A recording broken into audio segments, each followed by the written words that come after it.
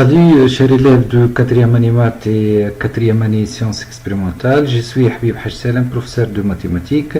Je vous propose un exercice portant sur les limites et continuité. Cet exercice est extrait d'un ancien devoir de contrôle. On commence tout d'abord par la lecture de l'énoncé.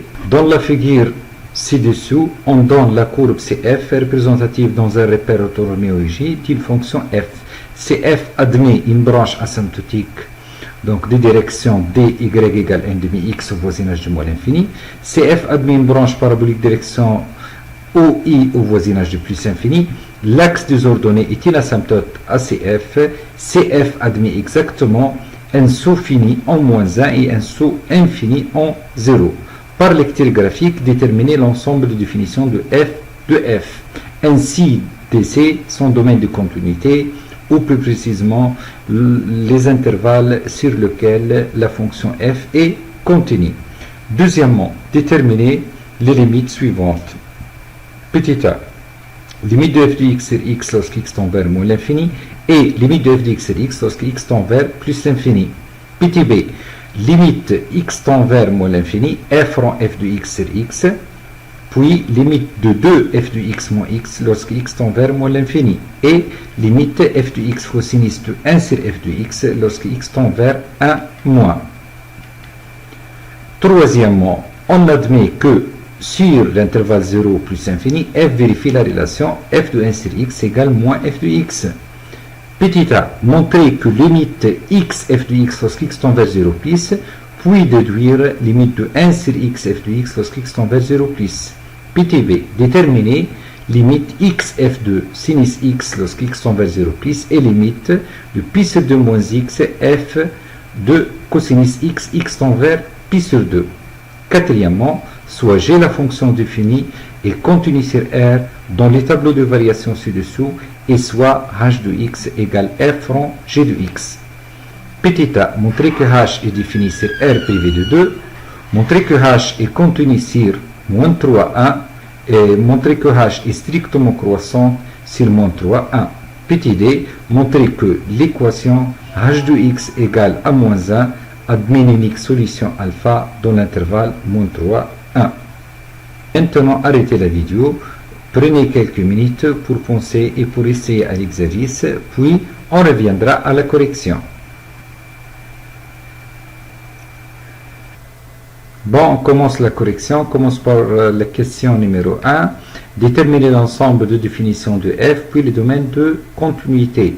Pour le domaine de définition, donc vous voyez sur la figure l'ensemble de réels qui admet des images et tout R privé de quoi? Privé de 0. 0 c'est le seul réel qui n'a pas d'image. Donc comme ça le domaine de définition c'est R étoile.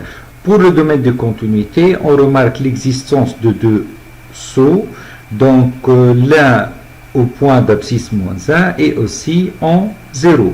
Comme ça, le domaine de continuité, ou bien plus précisément l'ensemble des intervalles sur lesquels la fonction est contenue, tout d'abord moins l'infini moins 1 fermé de côté de moins 1, puis moins 1, 0 ouvert de côté, puis 0 plus l'infini. Comme ça, le domaine de continuité, c'est moins l'infini moins 1, union moins 1, 0, union 0, plus l'infini.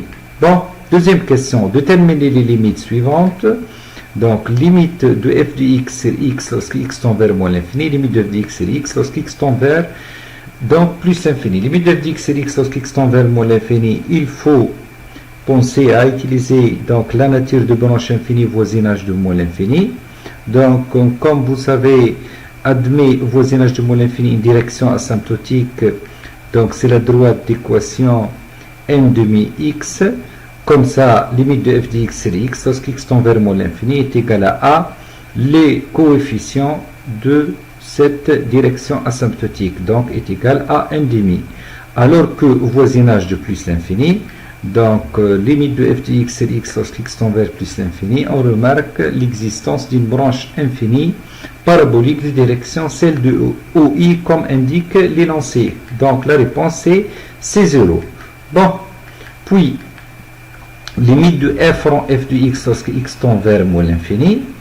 Bon, limite de f rond f de x sur x On remarque f rond f, donc l'existence d'un problème de composé.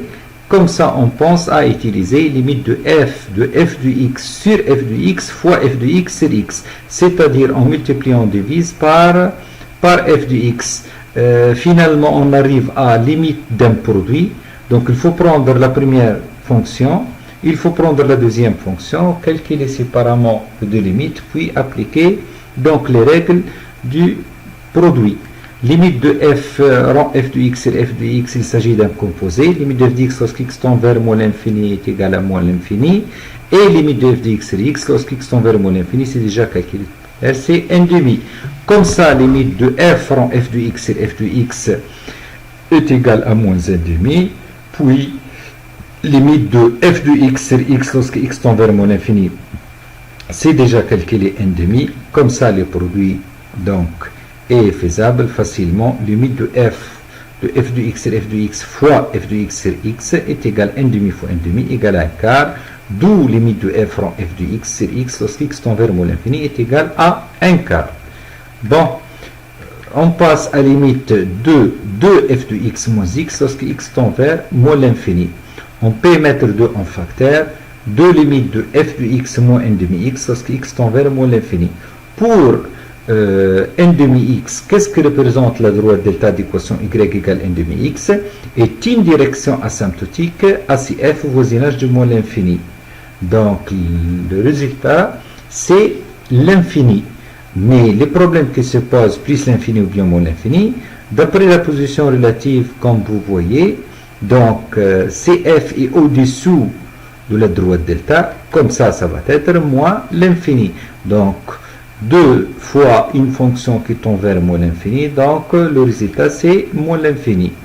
Bon, limite de f de x sinus de 1 sur f de x lorsque x tend vers 1 moins. Le même problème, il s'agit d'un problème de composé. Donc, vous savez tous quel que soit x appartenant à 0, 1, sinus de 1 sur f de x compris entre moins 1 et 1. Et on va penser, puisque f de x lorsque x tend vers donc 1 moins, ça tend vers moins l'infini. Et vous voyez 1 sur l'infini, donc ça va être voisinage de 1. Voilà, lorsque x tend vers 1 moins, f tend vers 0. Bon, on va penser à encadrer cette fonction. Et f de x est négative. Comme ça, lorsqu'on multiplie f de x, ça va être f de x fois sinus 1 sur f de x, ça va être f de x. Et puis inférieur ou égal à moins f de x. Donc, limite de f de x lorsque x tend vers 1 moins, c'est 0. L'image de 1, c'est 0 par f. Donc, on a moins et la fonction est croissante, donc 0. Limite de moins f de x lorsque x tend vers 1 moins, aussi 0. Donc, certainement, f est encadré en appliquant le règle de limite et ordre. Donc, limite de f de x sinus 1 sur f de x lorsque x tend vers 1 moins est égal à 0. Bon, troisièmement, on admet que sur 0 plus infini, f vérifie la relation f de 1 sur x égale à moins f de x. Montrer que limite de x f de x égale à 0, puis on déduire limite de 1 sur x f de x lorsque x tend vers 0 plus. Limite de x f de x. Donc, déjà indiqué maintenant que la fonction vérifie la relation f de 1 sur x égale à moins f de x. On remplace f de x par moins f de 1 sur x. Donc, ça va être moins limite de x fois f de 1 sur x. Donc, autrement, f de 1 sur x sur 1 sur x lorsque x tend vers 0 plus. Donc, problème de composé, limite de 1 sur x lorsque x tend vers 0 plus l'infini. Limite de f de x sur x lorsque x tend vers plus l'infini, c'est 0. Comme ça, limite de f de 1 sur x sur 1 sur x lorsque x tend vers 0 plus est égal à 0. Avec donc moins, ça va être 0. Et finalement, le résultat limite de x f de x lorsque x tend vers 0 plus est égal à 0. Puis limite de 1 sur x f de x lorsque x tend vers 0 plus. Bon, comme pour le dénominateur, ça tend vers 0, le problème maintenant est de vérifier donc 0 plus ou bien 0 moins, c'est-à-dire comparer x f de x par 0. Donc supérieur ou bien inférieur à 0. Limite de 1 sur x f de x lorsque x tend vers 0 plus Pour x, certainement, tend vers 0 plus, c'est positif. Et pour f de x, comme vous voyez, lorsque x tend vers 0 plus, c'est négatif. Donc, puisque la courbe est au-dessous de l'axe des abscisses, donc pour les points qui sont très voisins de 0, donc est supérieur à 0. Comme ça va être moins l'infini, puisque les dénominateurs, ça tend vers 0 et négatif. Comme ça, donc le résultat, c'est moins l'infini. Limite de x, f de sinus x, et limite de pi sur 2 moins x fois f de cos x lorsque x tend vers pi sur 2. Bon, limite de x, f de sinus x, x tend vers 0 plus. Si on essaye directement, sinus donc de 0 c'est 0. Bon, voisinage de 0, f, vous savez tous, même graphiquement, limite de f de x lorsque x tend vers 0 plus ou bien 0 moins, c'est-à-dire 0, ça tend vers moins l'infini. Et x tend vers 0, c'est-à-dire on rencontre 0 fois l'infini, forme indéterminée. Bon, on pense à raisonner par donc x, on peut écrire c'est comme étant limite de x sur sinus x fois sinus x, f de sinus x, on multiplie, on divise par sinus x. Le problème se pose toujours au niveau de l'élève. Pourquoi on a pensé à multiplier par sinus et diviser par sinus? Tout simplement, vu les formules de cours qu'on a pour le limite de fonction trigonométrique. Nous avons donc la première formule, limite de sinus x sur x lorsque x tend vers 0 est égal à 1. Bon. Limite de 1 sur sinus x sur x fois sinus x, f de sinus x. Vous savez tous donc, limite de 1 sur sinus x sur x, 1 sur 1 est égal à 1 lorsque x tend vers 0. Maintenant, pour le problème de 0, limite de sinus x lorsque x tend vers 0 plus est égal à 0 et sinus positive. Limite de x, f de x lorsque x tend vers 0 plus est égal à 0, c'est déjà calculé. Bon, faisons la composée, donc limite de sinus x fois f de sinus x lorsque x tend vers 0 plus est égal à 0.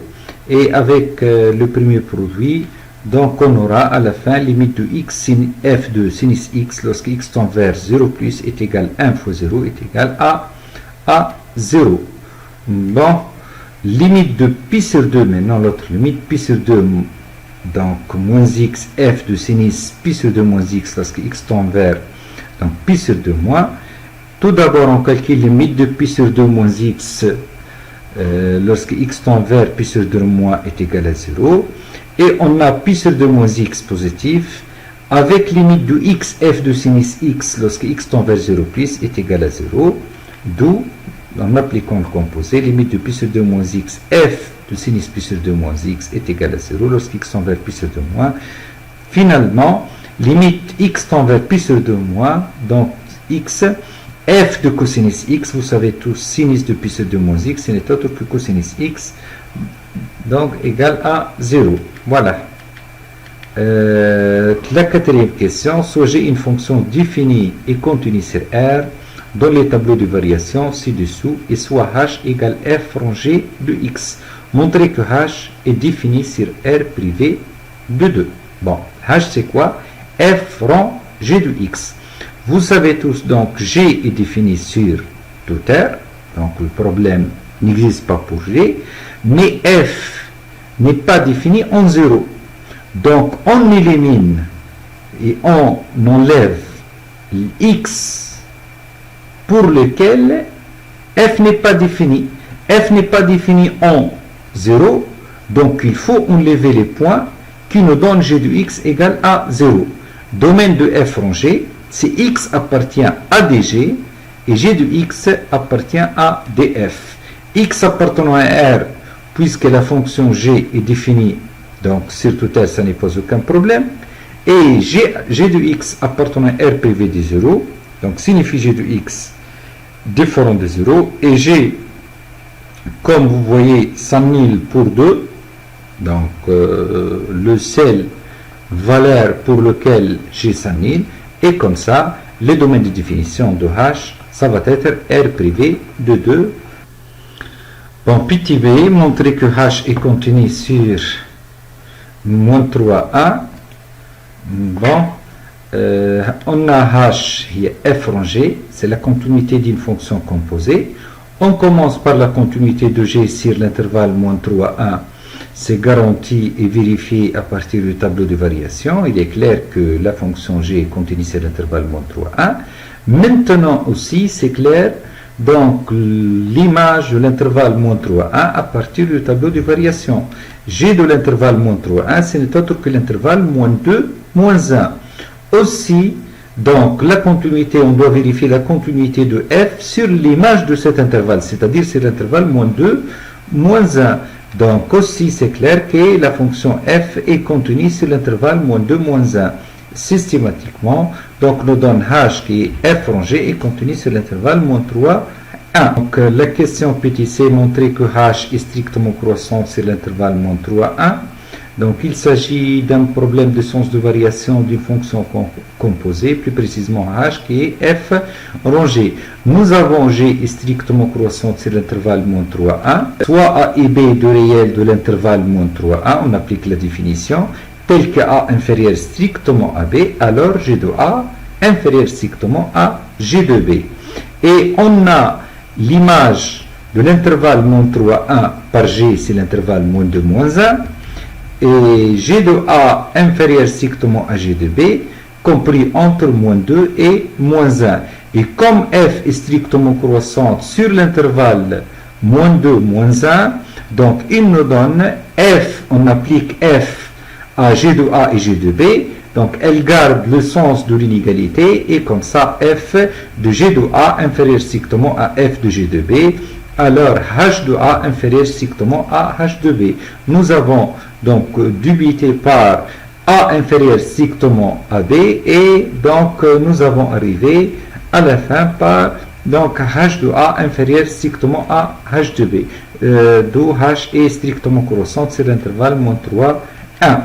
Bon, petit d, montrer que l'équation h de x est égale moins 1 admet une unique solution alpha dans l'intervalle moins 3, 1. Bon, certainement c'est un problème du théorème de valeur intermédiaire. Donc h de x est égal à moins 1. On a h, on doit vérifier les conditions du théorème. Donc on a h est continu sur l'intervalle moins 3, 1. On doit calculer h de moins 3. F de G de moins 3, G de moins 3 c'est moins 2, F de moins 2 égale moins 2, donc par la courbe, égale moins 2 qui est comment? Qui est inférieur strictement à moins 1. H de 1, F de G de 1, F de moins 1 égale à 0 qui est supérieur strictement à moins 1. Donc, les conditions du théorème de valeur intermédiaire, F de A inférieur à K, F de B supérieur à K, K compris entre F de A et F de B.